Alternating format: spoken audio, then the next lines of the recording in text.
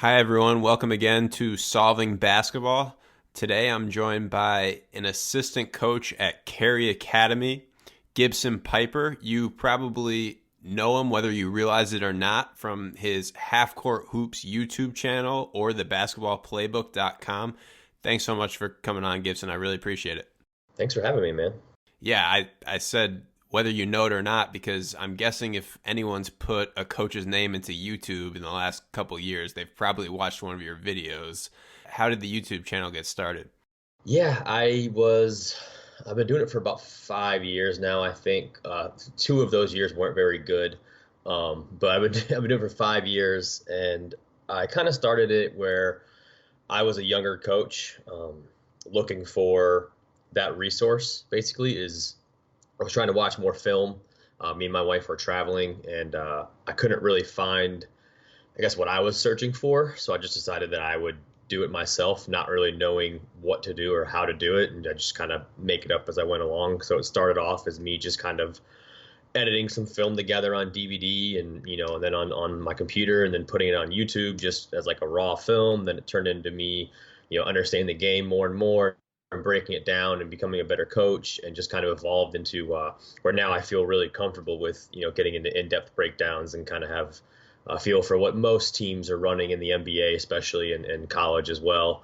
And just wanted to kind of create a resource for coaches to, if you want to go on there and watch some film. I think I'm up to around 1,000 videos, really heavily focused on X's and O's and just how the game of basketball works. How many NCAA coaches do you think that you've broken down about? Man, a lot. All in all, on my YouTube channel alone, I probably have, anywhere 100 different teams on there at certain points. Mm-hmm. And then I've gone in depth into like Bill Self, Tom Izzo at Michigan State, Beeline at Michigan, Gonzaga and North Carolina from last year's Final Four on there. Their full playbooks, and I have clips of sets and things like that are on there as well. And then not including that on my website, for my membership program, I have 20 full playbooks of all different college coaches right now as well. So I've gone pretty in depth into that world and have a good feel for what some of the best coaches do. So yeah, it's a super valuable resource. And there's a reason why I picked you to be on this episode, which we're going to get to in a second. But before I forget, I ask every guest this question on the podcast. If we went to a gym right now and I went under the hoop and you went to the foul line and shot 100 free throws in a row, how many would you make? If I shot 100 in a row, I'd make probably 87. 87 out of 100, so you're a good shooter?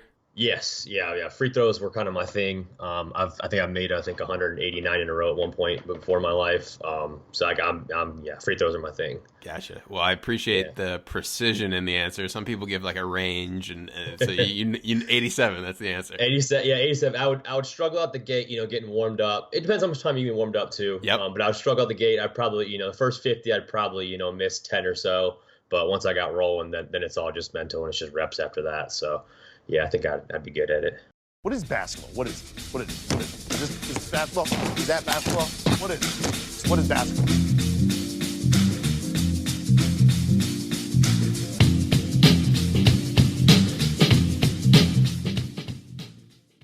All right, so for this podcast, it's kind of a concept podcast almost. So we're going to have a hypothetical situation, and then Gibson and I are going to draft based off the situation. So we're going to say that in April, the NCAA, for whatever reason, decides to mix up all the teams in the country and basically give coaches no control over what players they have. So it's a completely equal playing field for every coach in the NCAA.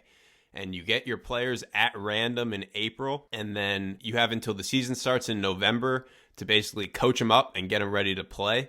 And what Gibson and I are going to do is draft 5 coaches each that we would want to have coach our team in that scenario. So I'm going to let you start first with your first pick. We'll discuss each, go pretty in depth on the X's and O's parts of it. And yeah, you're up, Gibson. Okay. First up, and this is one of the few scenarios where I would choose this coach for this specific format, and that is John Calipari at Kentucky. Okay. Now, the reason I would say that for this particular one because he probably has the most experience with teams being switched out every year and having new personnel and having a shorter window to work with than I would say most coaches in college basketball, barring maybe now Coach K or, some of the higher end programs. But dealing with one and done players or younger players and a new kind of set of players every year, I think would prepare him for this type of scenario. And I think when all is equal, you see more, you do see X's and O's, but also the motivation and the team building aspect comes, I think, a little bit more. And I think Calipari is a master motivator, whether people, agree with his tactics or what he does or not. His ability to kind of take, a different team basically every year with different players, different situations. Everybody's coming to basically get theirs. When they go to Kentucky, you're the best of the best. So the ability to handle some of those egos, I think, shapes the way he's able to kind of build teams and the way he can shape his roster in that shorter window. I think he is equipped to handle that situation better than any other coach.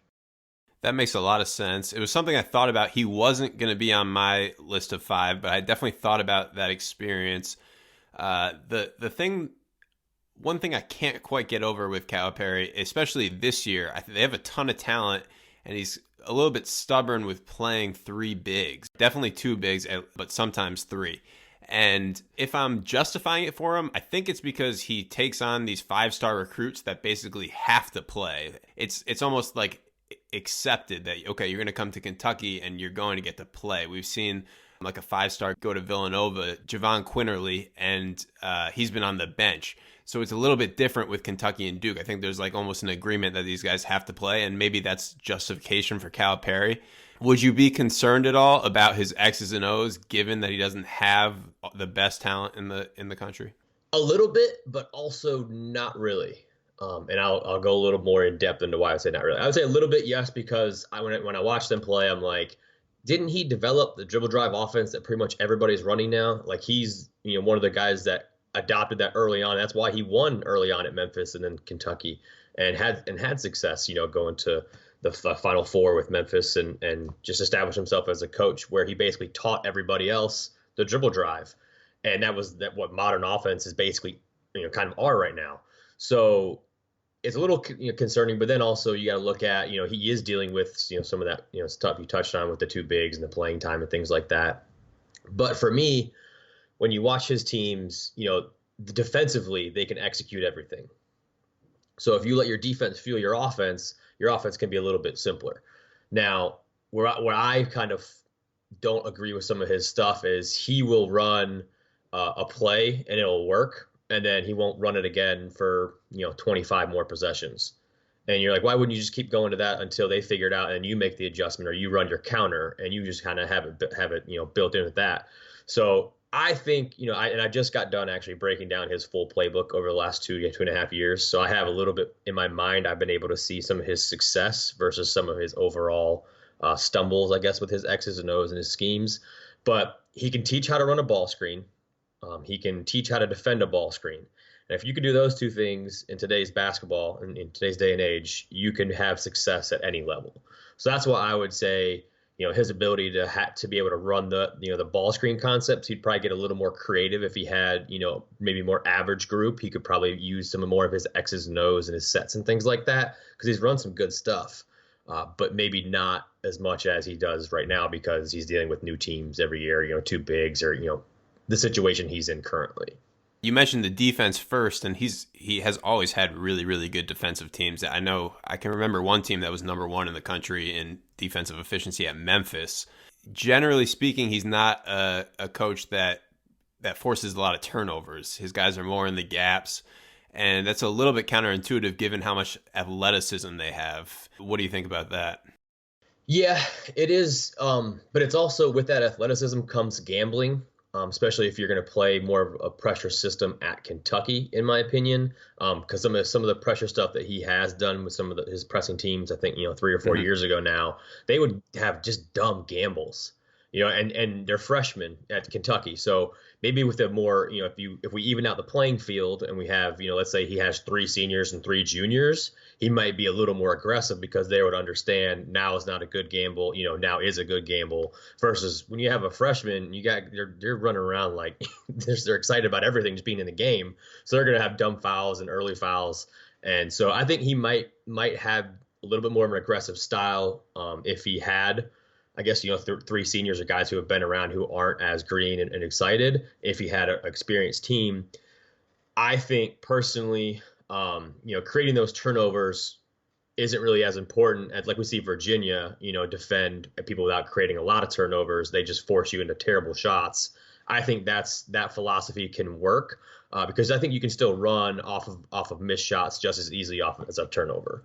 Because I think I don't have the stats in front of me, but I think most turnovers, I'd probably say 60% of them are live in college basketball. I mean, I see a lot of turnovers that are travels, dead ball, throwing the ball out of bounds. So you're not really getting easy buckets off of them.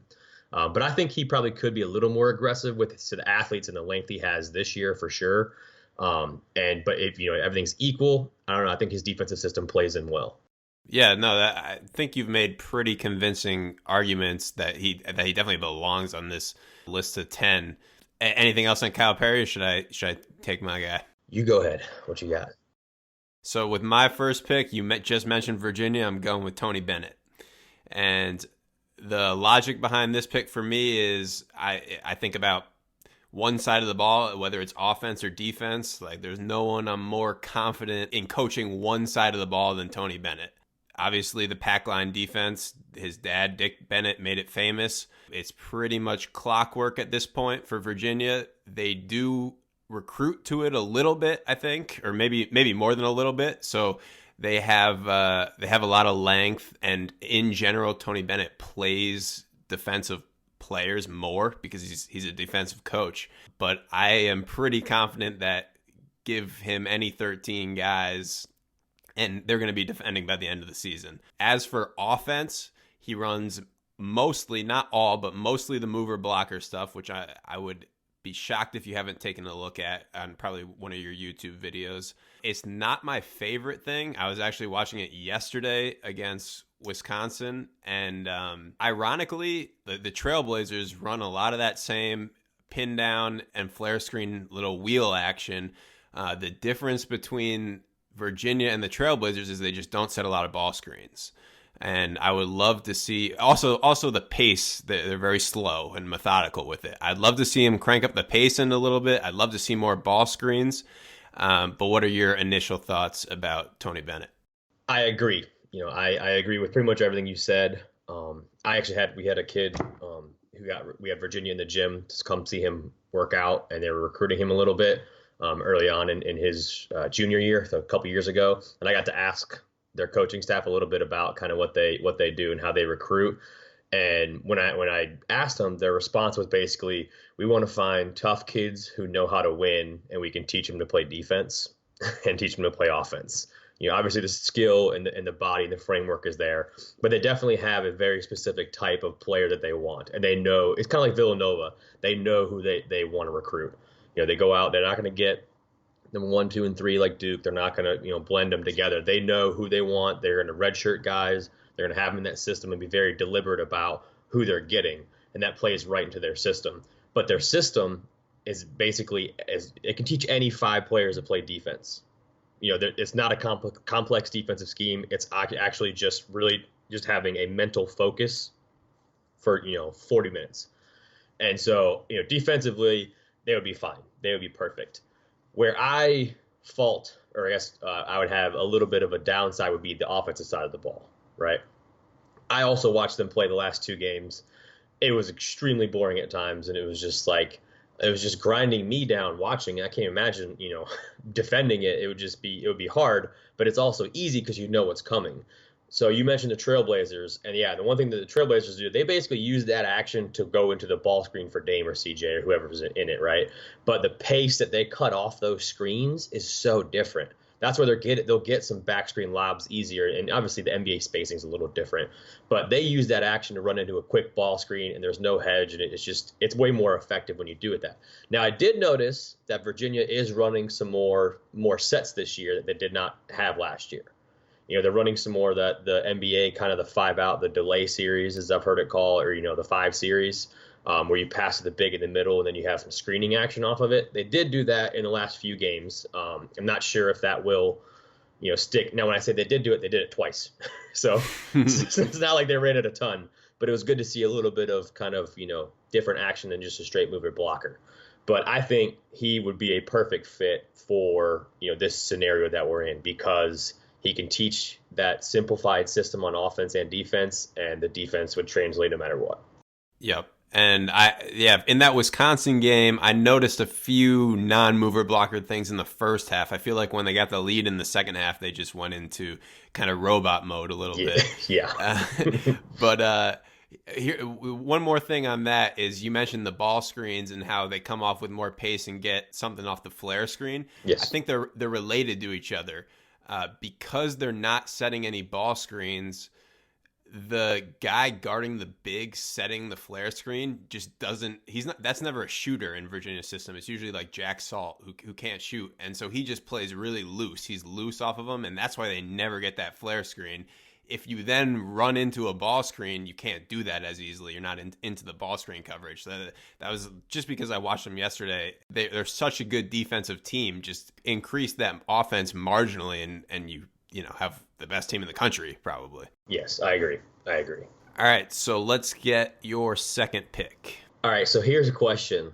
Do we get to take the coaching staffs with them if we choose the head coach? Ooh. All right, I already think I know where you're going with this. I think you do too.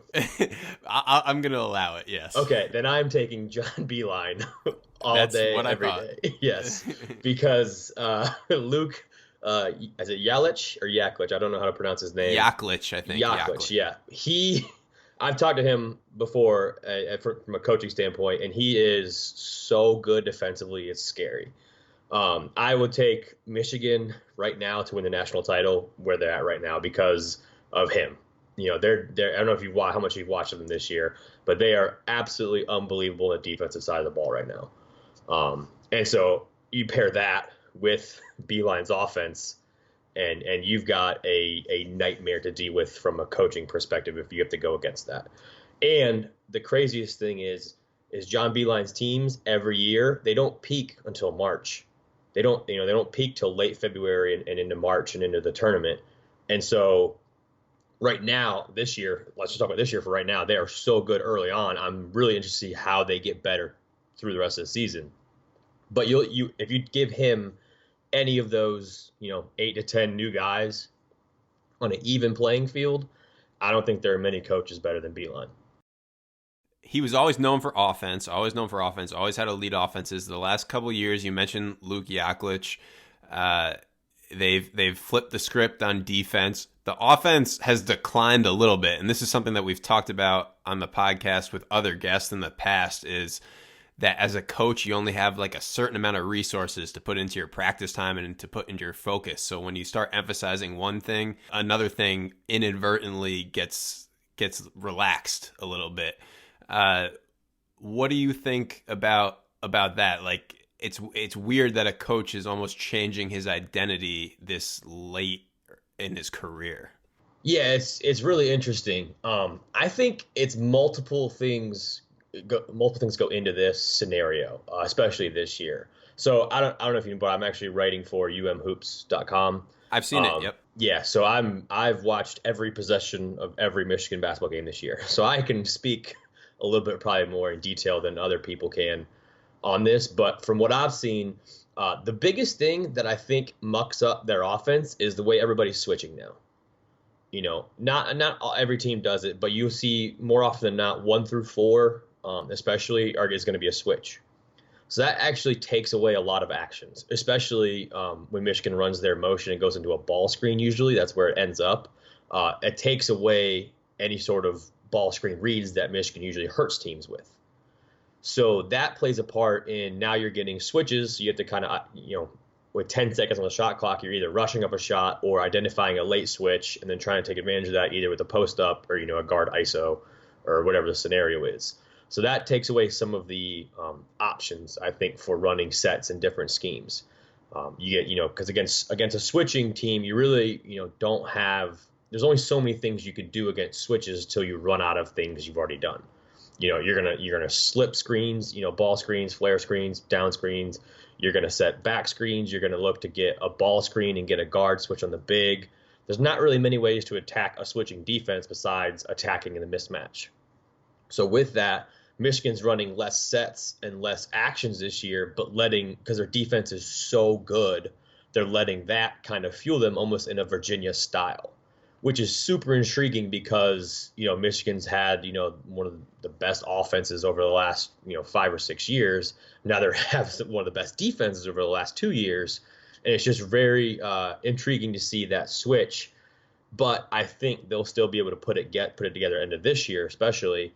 But yeah, changing, I think you're talking about like the almost all the time that you have and the coaching equity you have, basically, is how I look at it. Where it's like, yeah, you can only focus on so much for so often, and I'm sure it changes. So right now, I think they're letting their offense kind of, not be the main focus because they're just so good defensively. And then hopefully their offense will come along, in more of an elite manner.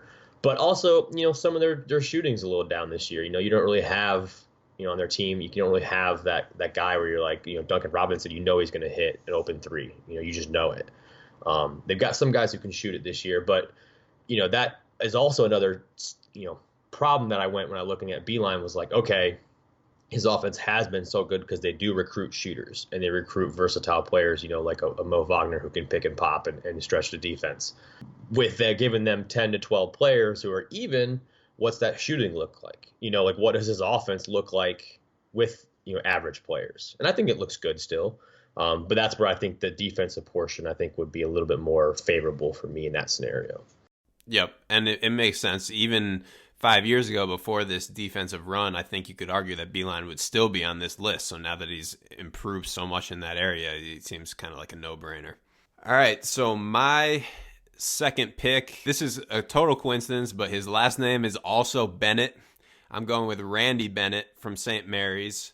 So we played against St. Mary's last year when I was at New Mexico State, and this is another thing we've talked about on the podcast. They won 92-74. Felt like we had a really good game plan too, and it just did not work. Couldn't get a stop. It was a slow paced game. I think they scored 1.4 points per possession. Ooh. And what I like about Randy Bennett is, well, first of all, I don't think people realize just how little resources they have in terms of like facilities and things like that in St. Mary's. Like, he's done a ridiculously good job with that program.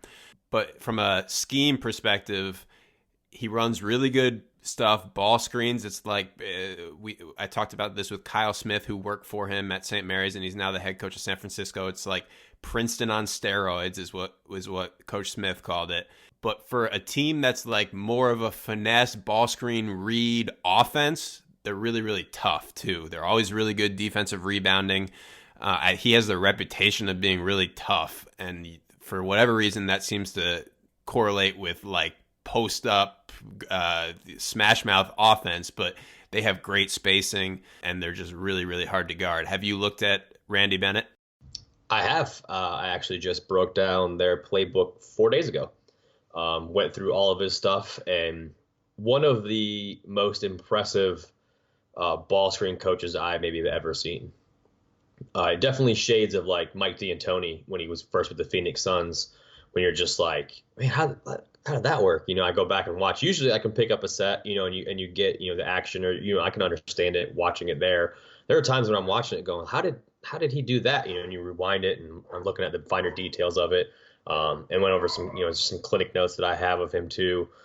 And they do such a good job of controlling the tempo and just putting you in uncomfortable situations. They know exactly where your weakness is, and they're going to exploit it over and over and over again. And especially in today's age where everybody knows how to guard a ball screen, the fact that they're still exploiting that is just awesome to watch.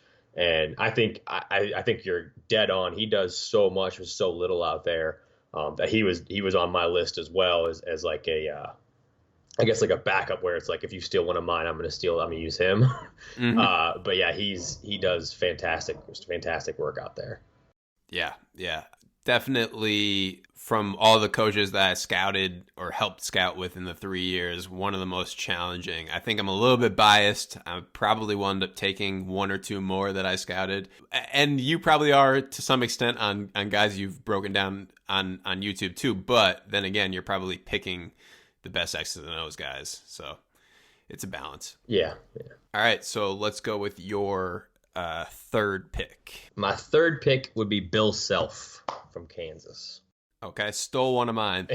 He was on my 5. Yeah, he has to be up there for me just because, they have sheer dominance of the Big 12 by itself just shows that, I mean, you'd think one year they would just be a little bit worse than they were the year before. They've won 12 in a row now over there. I mean, just 14 actually. Yeah, yep. See, that's what I mean. Like that's crazier. 14. I mean, you'd think one year you'd have like an injury and you just wouldn't get it, just finish second or something like that. No, but 14, and that's not a bad league. You're talking about the Big 12.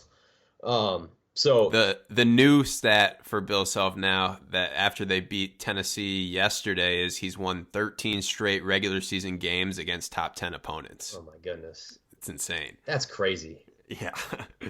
Wow. Okay. Yeah. So Bill Self, and here's the main reason why. Defensively, they are always extremely good, and no matter what team he's had, I think they've been in the at least the conversation of having some of the better defenses in the nation, and they don't do anything fancy. They're gonna get in your grill, they're gonna guard you, and they're gonna guard you for 40 minutes, and playing at home. Doesn't matter who they have on that team. It seems like they're always going to win unless they play Oklahoma State. And just unbelievable defensively, paired with his ability to blend, the post up into a modern offense. That to me, I've made this very well known on Twitter about how I'm just not a huge fan of the post up game. It's just, obviously it's not an efficient shot compared to the rest of them. I think it has its place, but we also coach at a school where we don't have anybody who we post up because we're all under 6'1". But I just, post ups to me just don't seem like a good option right now. If you especially with some of the personnel that you have in certain teams and certain schemes, and that's how you beat teams. But the way he posts up, where he'll have that corner throw available, and he just, they're not really pounding it in like he used to. And he adapted when he went to his 4 game with the 4 guards. And, having, that basic motion, it's the basic motion we run at the high school level for our team. And it's just his ability to be that versatile, I think, shows that he can coach any team and have success with any team, because he seems like they're always going to be in the Elite Eight or the Final Four or, national contenders, and they're definitely going to win the Big 12. Yep, that's what did it for me to have him on my list. Is he went to the Final Four last year without a traditional Bill Self team, which I think is important because we don't know what players he's going to get in this experiment. So he didn't have 2 bigs. He stopped running all the high-low stuff for the 4 game, which he's back to mostly the high-low this year with Dedrick Lawson and Udoka Azubuike. The one thing that I would nitpick about Bill Self is his, I guess, lack of urgency when it comes to guarding the 3. His teams always give up a lot of threes. We've seen it against some of their weaker competition. They've been able to hang in the game this year because, especially on ball screen coverages, they just, if you want to pop with a big and take that 3, you can pretty much do it. What's your philosophy when it comes to guarding the 3? Yeah, I've actually seen a lot of the better teams in the nation do it. Michigan's been doing that too. If you like pick and pop, like George Washington had, pick and pop 4 times in a row, and they let him shoot 4 open threes. I think it depends. So for me, if you have a big guy and you want to pick and pop, generally speaking, he's not going to shoot, 35, 40% on you. And I think that's what they're thinking too. I think they're probably going, all right, you know what? You can pick and pop and shoot. And if you hit 6 threes in a row on us, then we can adjust. But I think, I think it's tough because when you do play those, the 2 bigger guys, their ability, when they had those 4 guards, their ability to switch 1 through 4 was just awesome to watch, because you just take away every action that the opponent is trying to run and nullify anything they're trying to do. And then the ball screen, either hedge and recover, get back. It just seems like their lack of aggressiveness, they would just want to protect the paint, period, and say you have to beat us from 3. And well, Villanova did that, and does it to a lot of teams. But, me personally, I want to take away layups and threes, especially at the high school level, because teams are not very good to the mid range and post up at the high school level. So we try to take away, layups and threes and make you beat us from basically that mid range or no man's land, as I would call it. So it's just interesting to see. And he is, when you have a coach who's been around, sometimes they don't always adjust, to that style necessarily, and say, we've had success doing it this way, we'll continue it. So it'll be interesting. It's definitely something to monitor and something to see that if it becomes, I think it won't become an issue until the Elite Eight, though. Yeah, and he has adapted enough in the last couple of years with given his personnel and just his scheme in general that I give him the benefit of the doubt. And at the end of the day, he's won 14 Big 12 championships in a row. Right. Yeah, right. So for my third pick, I am going to stay in the Big 12 and go with Chris Beard. So Beard went 30-5 at Arkansas Little Rock in his 1 year there. And then last year, he took Texas Tech to the Elite Eight. They were number 4 in defensive efficiency. And I think besides Tony Bennett, I guess you could throw Beeline in there too right now, but he's, to me, the most reliable defensive coach in the country besides those guys. So this is another team we played against at New Mexico State in an exhibition game. They also crushed us, but his guys play ridiculously hard, just really, really hard. They're well-trained on defense. They're smart too. They play hard. They play smart on defense. They force turnovers. They're long. They're just really, really hard to score against. And then offensively is, I would say, his weaker side of the ball. It's pretty much pure motion offense. Almost, he's a Bob Knight disciple, and that's ultimately, if there's a flaw for Chris Beard, it's probably the motion offense doesn't embrace the 3. He's not quite like Bob Knight was anti-3, but he's on the lower end of the spectrum. They had a game the other night at the Barclays Center. I think it was at the Barclays Center. I'm not positive. And there was no one there, and you could really hear him on TV. And I didn't realize, you would think that a motion offense would be very free-flowing and not so much coach play calling, but he was calling out a play on almost everything. And they were running a little bit more ball screens than what they did against us last year with the motion, which I'd like to see. But defensively, I think he's going to have Texas Tech in the top 10 pretty much every year. Yes. I 100% agree with that, and could not be more spot on from what I see, where the defense is going to be there, and it's extremely hard to score on them just because they're disciplined, they don't beat themselves, and then they beat you because they're long and they're athletic. Offensively, it's a challenge to watch at times, just because it's not scoutable, but it's easy to guard when you're going to want to give up mid-range shots, and that kind of plays into your hands where they're not necessarily looking for mid-range shots, but that's a shot you end up with in that kind of pure motion style. I think the one adjustment that I would make if I was the coach, or if I was kind of looking at how you could improve it, if they just backed up 2 feet, towards half court, away from the basket, and ran that same stuff and have popping out for threes more and slipping for layups more, I think that's where that pure motion's hard to guard. But when you're banking on defense, like we talked about, it's you can't do everything. You can't run a complex offense and have an extremely well-built defense, and vice versa. So when you have somebody who's so good defensively, they're going to keep it simple offensively. And it's something I think that I don't know the long-term, possibility of it. Will that win you a national championship? I'm not sure. I think it can. But again, we're building this off of the 12 equal players, and you know what you're going to get defensively, and that's probably the most important thing in this scenario. Yep.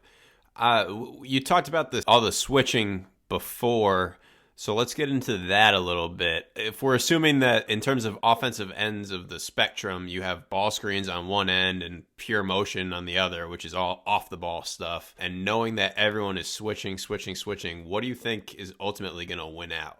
In terms of like ball screen versus pure motion? Yeah. I think you have to marry both worlds. So you have to be able to run. You have to be able to run a ball screen, because if they are going to switch, there's going to be a weak link for them. So you have to be able to have a ball screen to get that switch. But I think we see it with the Warriors. I mean, the Warriors run basically a motion offense in the NBA, and they will kill you if you want to switch on them, which is how you have to beat them, because they're so good offensively and so good individually. So I think if you can run a ball screen offense in your pure motion, if that makes sense, and have kind of random ball screens or like a call for a ball screen, in that pure motion, then that's where you can see you can see it's really difficult, because, you want to switch everything, but you're running, let's say you run 4, 5, 6 cuts and back screens and a flare screen, and you get let's say you call, a 10 call, and after 10, 12 seconds of pure motion, if nothing's there, a random player sprints into a ball screen. You got different guys in different coverages, and different players running a ball screen. In a scouting report, when you look at a scouting report, you're like, okay, this is their point guard, this is the best guy in the ball screen for them. They're going to look to go to him, in the ball screen all the time in this scenario. Well, if you're running different guys into different ball screens and different scenarios, that's when it gets really hard to guard. Is it possible to be? I agree with you that it makes sense, but you also have to teach the reads to those things. So is it possible to be a really good team at motion reads, to know when to slip, to know when to pop, to know when to flare to the corner, and then also in those late clock situations to be able to read all 4 guys on the court in a ball screen? Is it possible? Yes. Is it probable? Probably not. I mean, you're talking about you'd have to have, you probably need to keep your guys 3 to 4 seniors who know how to do that. And your guys are great. Like kind of like Villanova used to, tries to do it, where they have guys in their system for 3 years, 4 years, and by the time they're juniors and seniors, they know how to do that, and they can kind of read the game like that. But for the most part, I think it's probably easiest just to run the ball screen and look to get guys switched on to who you want to get switched on, or just know how to run a ball screen with your best guy. And so I think that probably answers. I hope it answers the question. Mm-hmm. Yeah, and it goes back to the whole equity thing, because now you also have defense in there too. So it's right. You have to pick your battles, and it seems like rebounding is almost like a fourth thing, even though it's really an extension of offense or an extension of defense. But rebounding sometimes becomes a thing that coaches really, really emphasize. Yes. So your 4th pick here, who do you got? My 4th pick is going to be Mark Few from Gonzaga. And Gonzaga Duke obviously is in our minds probably from the last week or so, and just what he's been able to turn Gonzaga. Gonzaga, people don't realize, like, it's Gonzaga. It used to be nothing, and then all of a sudden they're a powerhouse. They're top 5 in the nation. They're going to the national championship game. They're contending for a Final Four every year. They're recruiting different players, but also the best players for their system. His player development system has been unbelievable, the way he's been able to develop some of the guys that he has from early on in their career, and having 3 and 4 and 5 year guys. And his offensive stuff is unbelievable. The way they run a ball screen, it reminds me a lot of the St. Mary's, where how how efficiently they run a ball screen, and how they put you in situations all the time. And they ran Duke in circles in the ball screen until Duke obviously came back with their talent. But they made Duke look silly at times in their ball screen coverage. They didn't know who to tag. The one time Zion's tagging from the the high side. Sometimes nobody's tagging. It was unbelievable to watch. And then defensively, they just get in people's grills and they don't make a mistake. You're going to beat them, but you're going to beat them because you have better talent. That's how you're going to beat Gonzaga. And not many teams are going to have better talent than Gonzaga now, which is just crazy. Right. I would say in the last 5 or so years, obviously he has a track record from before then when he was building up the program, but he has had like 7-footers every year. Are you at all concerned about the fact that he might not have that personnel, or just given his past pedigree and the ball screen stuff that he runs, that he probably doesn't even really need those 7-footers? Yeah, not anymore. I think, you're not going to see too many guys who are, 7-footers anyways, but I think not anymore, because what they've kind of done is flipped it a little bit. They almost have the ability to go 5 out, where they have like they put out all 5 shooters at one time, even in the pick and roll, and even in some of the stuff that they're doing offensively. And you can see it definitely put Duke in a lot of problematic situations with the pick and pop, or with a pick and pop and attack and different things. But I don't think that's too much of an issue. And also, if in this scenario, who knows? I mean, how many 7-footers are out there for every team? It's just more than likely you're not going to have one in this scenario where you get to pick all even players. And if it's all even, I think having his ball screen offense and his ball screen concepts will definitely win out. Anything else on Mark Few, or should I make mine? You go ahead. Number 4 for me is we just had a conversation about pure motion. Well, I'm going with Bob McKillop of Davidson. Stole my last one. There you go. So another team that we played against, we actually beat them. First time picking a coach that we beat. In college, when I was running my blog, I wrote this was obviously before I had ever scouted or coached against them for New Mexico State. I wrote a blog post called "Why Watching Bob McKillop's Offense Should Get Your Coach Fired." And I'm probably not as big of a Bob McKillop stan as I was at that point. And I have a little bit of concern about the whole he doesn't get to. Like, what if he doesn't get a shooter is in the back of my mind, or what if he doesn't have enough shooting, which I'll get your opinion on in a second. But to explain to the listeners who don't know what Davidson and Bob McKillop run, it's like we were talking about with Chris Beard, pure motion, but it's spread out. I think that's almost what you were talking about when you said that you want Chris Beard's guys to back up a little bit, spread out. They are ridiculously good at reading the defense, and there's just no good way to play them because they're all shooters. Especially if you try to cheat the cut, they're going to go back door. If you try to trail, they're going to curl it to the hoop. In that blog post, I had like videos of people not even involved in that action, like pointing to where the players should go. That's how good they are at it. Like on the court, people on the court. And it's really like they stand out in terms of being, I think, the most distinct offensive team in the country. So you are obviously going to take them. What are your thoughts on Bob McKillop? Yes, Steph Curry is the player he is today only because he went to Davidson. I firmly believe that. I mean, I shouldn't say that. He is the reason he's going to the Hall of Fame is because of that. Because I believe Davidson built his IQ to such a high level that his shooting paired with the fact that he went to the Warriors and he has, they basically run a motion offense in NBA, has allowed him to basically explode. And his offense, McKillop's offense is so mesmerizing to watch, because they'll do the same thing over and over and over again until you make a mistake. And it is kind of pure motion, but it is also a little patterned. Like they definitely have tendencies to do similar things. Where I think Beards is probably a little bit more sporadic, might be the best word for it. Where it's random, it's more random. Where Davidson's more like they'll run 12 or 15 actions in the offense, but they're all part of that same 3 or 4 philosophy. Off of they basically set a double screen away and then read it from there.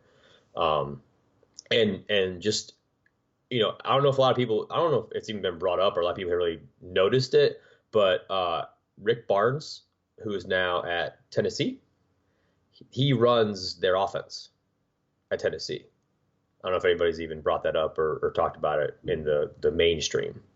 And I'm not sure if that's the reason why Tennessee is number 5 in the nation. Well, they'll be a little lower now, but that's definitely improved their offensive efficiency because they run that system now. And I'm not sure how, I don't know when that system went into effect or if you've noticed it or your thoughts on that. But his system's basically 5 out, read you off a screen, make you make a mistake over and over and over again. Yep. Yeah, I guess the when I said pure, the what I was thinking more about is all the reads. But you're right, it's not random like Texas Tech's where different things are just happening for almost no reason. Yeah. And they want that. That's what Texas Tech wants. Where you're right, it's the stagger screen, but it's pure in the fact that they're completely reading it. What do you think about that system without shooting? So let's say they had a slashing point guard and 2 guard. We'll give them 1 forward who can shoot the ball in a back to the basket center. Like, does that offense still work? No, I don't think it does. Well, I shouldn't say that. Yes, it still works. It's just not going to be as effective as the personnel that he's able to recruit for it. It's actually an offense that I've run at the high school level as well. So I have definitely firsthand experience of kind of like teaching it, not as good as he teaches it, obviously. But we had basically, when we tried to run it, we had a scoring point guard basically who was not, we ran it basically with 3 30% 3-point shooters and 2 40% 3-point shooters. So similar to what you're talking about without the big, back to the basket big. Mm-hmm. What we found was teams would just sag off unless it was the 2 shooters, and we wouldn't really be able to take advantage of any of the cutting actions, especially in high school when teams are clogging up the paint more. So we made a switch away from it, even though it did work. It just wasn't as effective for our personnel at the time. So I think it would be problematic, but I think it can work because they do post up. They do some post up stuff out of it. I'm sure he would get creative enough with it, but right now it's so ingrained into them that this is how it's going to work all the time. This is who we're recruiting for it. This type of players for it. So that, I actually love to see what that would look like and how he would operate in that. And I think he could definitely do it. The biggest question for me I would have is defensively, how good would they be? Because the players they're recruiting there, I don't think are the best defensive players. And you definitely see that exploited sometimes. But I think that would be an interesting thing. Yep. Yeah, it's hard to entangle how he is as a defensive coach versus the personnel just because he favors shooting and I guess basketball IQ, although I'd argue they kind of teach that. And yeah, so it would be interesting if he doesn't get to recruit his own guys to see the balance between the offense and defense. All right, so we've got 4 picks each. I'll recap it. You have John Calipari, Beeline, Self, and Few. And I have Tony Bennett, Randy Bennett, Chris Beard, and McKillop. So your last pick of the draft right here. This is tough. I've got it down to like 2 or 3. I'll do Tom Izzo, Michigan State. Okay. And I think, his offense, obviously they run, they have a fast break first offense, but he also runs some very good sets, although he hasn't changed his sets in like 10 years, but he runs some very good sets that are creative, they run it very disciplined. You can see that they're well taught. And they're able to run and run on a post up, so he can play with a big. You can see him go 4 round 1 and play off a big, but not really through a big. So you see him having to be versatile. But for me, it's him. His teams defensively, like we've talked about, is they'd be so solid defensively and one of the best rebounding teams. And I think that would really differentiate them if all the talent's equal. Yep. What do you think about that transition, especially the rim running 5-man? What do you think about that in today's game?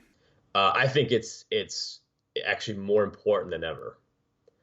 I think it just puts it doesn't have to be really a 5-man, but as long as you have a guy who's going to be willing to run straight to the other rim and put immediate pressure on the defense, I haven't been on a college staff, so I cannot say this for sure, but all the clinics that I've been to, all of the clinics that I've watched on Championship Productions, and every coach that I've talked to, they seem to value clogging up the lane on the defensive end first, right? In transition defense, you want to get to, stop the other team from going to the opposite rim. So if I'm the offensive coach, I'm going, well, let's go to the offensive rim. And then what's going to happen is as teams start collapsing more and more, we're going to see wide open kick out threes and pitch ahead threes in the offense.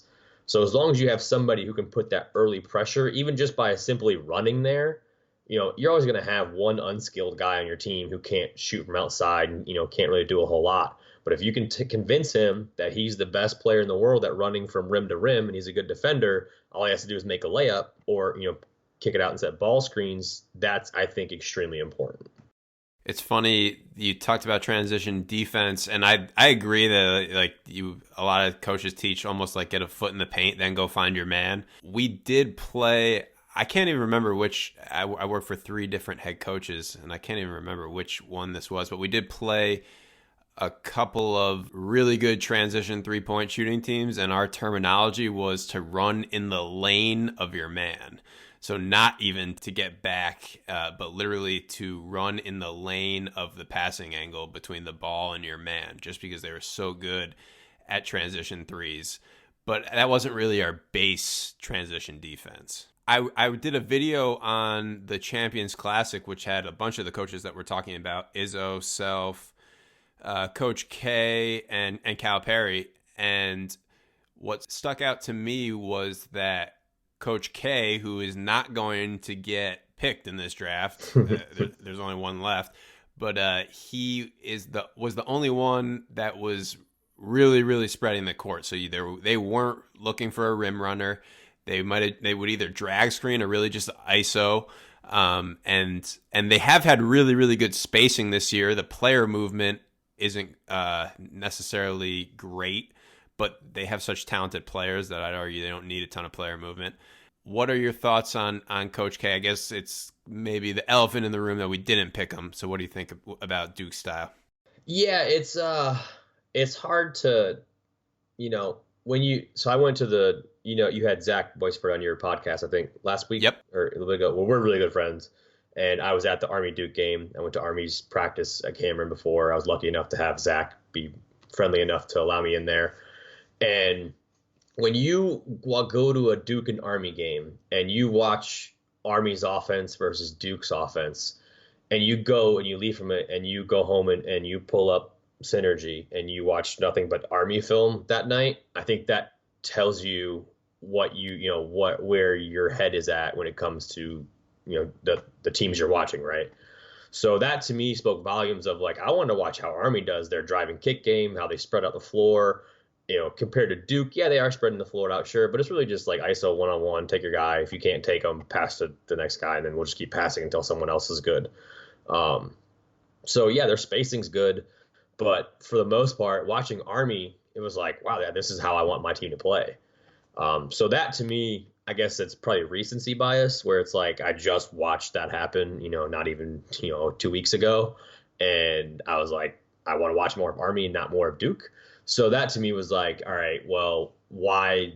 Why did that happen? And I think Coach K was probably my next pick. It was between Izzo and Coach K and Shaka Smart, ironically enough. So I think he deserves love, but also I think he also doesn't impress me as much as other coaches. Got it. Yeah, that Army game, I tweeted a video of Army's point guard making a bunch of plays in ball screens against Duke right before the Gonzaga game, and said if you're looking for a reason why you think Gonzaga is going to win, watch this. Basically, yep. Not that I necessarily thought Gonzaga was going to win the game, but at least that they had a chance. So they were the pace that they play at, and they were spread. And that point guard, I can't think of his name, is really good at reading ball screens. You're right.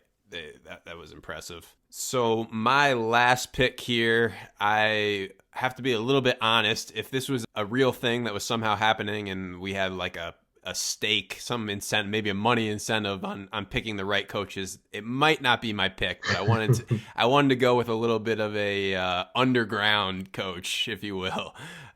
So I'm guessing that you haven't done a video on him, but we'll see, or even maybe watch them. And that's Mark Pope at Utah Valley. Have you? I have not, no, but I'm writing it down right now, so I'll be putting a video out probably tomorrow. I believe it.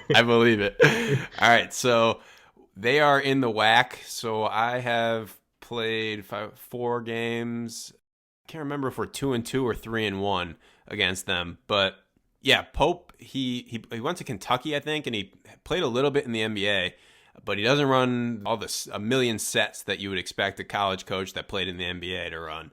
Kind of like Dan Marley, who's also in the WAC. Pope runs continuity ball screen, which we haven't really talked about, so I do want to talk about that a little bit. And you're probably familiar with the continuity ball screen that a lot of teams run with 2 bigs, where one guy goes back door and then it goes into a ball screen, and then it gets swung and the guy goes back door and it goes into a ball screen, right? Yeah, the Euro ball screen continuity, basically. Is that what? Yeah. Yeah. So this Utah Valley does it a little bit differently. They usually they'll run that a little bit, but usually they have only one big on the court at a time with 4 guards, and to me it's the equivalent of that offense, but with just one big. So they have a 7-footer usually who is really, really good at rolling to the rim and who plays with a high motor. They usually only play their 5-man in like spurts, and they bring another one in. So they'll start out with a handoff on the right side of the court, and you're coming off a ball screen, and you don't have to use it. You can throw it to the other side. The big rolls to the rim. If he doesn't get it, he comes right back out, and now there's a handoff on the left side. They play at an extremely fast pace, really, really fast. We would try to ice that action to keep them out of the middle, and you really can't because of the handoff right into the ball screen. And also, he's really, really good at teaching his point guards how to read screens. So they're all good at getting guys on your hip.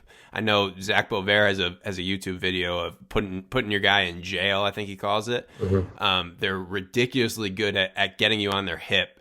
They've got that 7-footer rolling to the rim, and between the spacing, the reads, and the pace, and then he does do a little bit of play calling, depending on spots in the game where he'll call like punch, which is an NBA term. He's an NBA guy, to get a post up. Yep. They have a couple counters to, depending on how you're playing the ball screens, they have a couple of counters that they'll go right into. It was the one team where we couldn't get our game plan into the game. And I think that's like a huge compliment. Yeah. Like whatever our ball screen coverage was, we couldn't even really execute it. The one thing that we could execute was just straight hedge, which we would do a little bit, but that wasn't the best way to guard it. We could at least do it, but it wasn't the best way to guard it. And so, yeah, what do you think about it's very patterned, that it's continuity for sure. What do you think? I obviously you haven't seen this one, but you mentioned the Euro ball screen. What do you think about that offense? So when you were describing the offense, was it BYU's offense that they ran like 3 or 4 years ago, or is basically dribble handoff into a ball screen? Yeah, that would not surprise me because of the Utah connection. Pope might have been on staff at BYU. I'm not positive, but I would not be surprised. Yeah. Yeah, because I did a video on that, and it's got a lot of views, more views than I thought it would, where it's basically just a dribble handoff into a ball screen, and it's just like you're talking about. It's extremely hard to guard. So the Euro ball screen motion, I actually have a very strong connection to it, because the head coach that I worked for actually was the one who kind of brought that over here through his clinic videos, Layson Perkins. I don't know if you know Layson Perkins. So we have a lot of conversations about that exact offense, and I think it's very good, but I think it's also overplayed at the college level. I think so many teams run it now that it's not as effective as it once was. If that makes sense. But I think a ball screen continuity is good for like certain teams where if you don't have a guy, like one guy, then you can kind of say, okay, let's go, double fist, as Kentucky calls it. They run the same ball screen motion. They call it double fist, right? So if you call it double fist and, you don't have a great score, it's a good continuity to have because it puts the defense, gets the defense moving side to side, 2 or 3 ball reversals into a spread ball screen. I think it's good action. We don't run that at the high school level because what it turns into, it's easy to guard because teams know it's coming. And I don't like that. Gotcha. Yeah. I was listening to a podcast with someone who I think did a championship productions DVD on that offense, and he was saying how he doesn't even run it anymore, but everyone else does. Yeah. And so I agree. The thing that I like in particular about what Utah Valley does is that they have 4 shooters. It makes it that much harder to guard, basically. And so it's the same concept, but I think it's better spacing. And obviously in this scenario, they might not have that 7'5" man, but it's just miserable to they lay the ball in at least 2 or 3 times a game just because of the pace, and they have the shooting. You're going to give that up at some point. They're really, really good at it. And then I will say about Pope is they're pretty good defensively too. I would personally say he's more of an offensive coach, but he's no slouch on that end. I think he's an up-and-comer. He's won pretty consistently at Utah Valley given their resources. So yeah, I would recommend checking that out, and I'm excited to see your video and your thoughts. Yeah, you'll see some stuff on Twitter later tonight. I'll tell you that right now. Well, we'll do a little cross promotion then, I guess, with this podcast and that video. So, yeah, for sure. Any honorable mentions? Yeah, for sure. I'll mention a couple of my favorites that didn't get brought up. Mike Bray from Notre Dame. Yep. He's one of my favorites. Shaka Smart. Obviously, great coach at VCU and now at Texas. And then Sean Miller from Arizona are all 3 kind of like my favorites that we didn't really, not my top 5, but I mean, and then I wrote down 25 names, and I had to whittle that list down. So it's tough. There's a lot of very good coaches out there, I think is what the good point is. For sure. Yeah. A couple of mine, Chris Mack at Louisville now. Actually, I don't really know. I haven't watched much Ohio State or Butler from before, but Chris Holtmann, his resume, I wouldn't be able to pick him to even be able to talk about his scheme much, but his resume is really impressive, what he's done at Butler and Ohio State. Nate Oates at Buffalo, I really like him. And then I was going to stay away from the Greg Marshall coaching tree because I work for Chris Jans, but Greg Marshall, Chris Jans, I at least have to mention the name. They're really, really good at coaching their style of play. Yeah, for sure. And there's tons more that we could, get, like Lenny Acuff from Alabama Huntsville, does amazing work. Just a lot of underrated coaches at Division II and Division III level as well that, you can get a chance to talk to. But Chris Holtmann, I got some of his stuff on my YouTube. His whole playbook's on my YouTube, actually. He runs very good stuff. I was able to go up. I'm actually an Ohio State fan. I grew up in Ohio. So today's a good day for me, obviously, for the football. But I was able to go to his practice up there and kind of meet with him and the staff and kind of just ask him questions. And they do they're very, very efficient in their practice time. I can tell you that for sure. So I'm a big fan of what he does. No doubt, yeah. They're on my short list of teams to watch here. And I mean, when you're in the Division I basketball world, you are inevitably biased by whatever teams you play. Like I can tell you, we could have talked about the X's and O's of Chicago State if we really wanted to, just because of how many times I've had to play Chicago State. Right. Yeah. But now I'm broadening my horizons a little bit again. So thank you so much. Let me read off our lists again here. You went with. You stuck to some top 10 coaches for sure. I don't know if anyone isn't in the top 10 right now. Calipari, Beeline, Self, Few, and Izzo. You're good with that? I am good with that. Yeah, I think I just think those, for what they do, I think it would be best for this scenario. Now, if you give me guys for 4 or 5 years, now we're talking a little different names. Like you got to bring Jay right up then, Mike Bray then. But yeah, From a Huggins. development perspective. Yeah, Huggins would be on that list for me there. Boeheim might be on that list. Roy Williams, just because they're in that system and they're very system oriented, especially like Villanova. That makes sense. Yeah, yeah.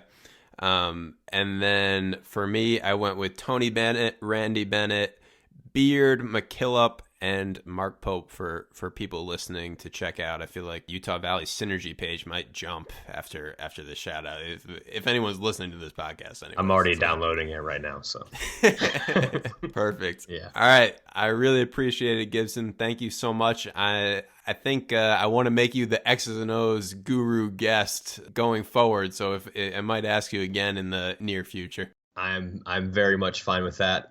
X's and O's are what I do, and I really enjoyed this conversation. Thank you for having me on. Thank you.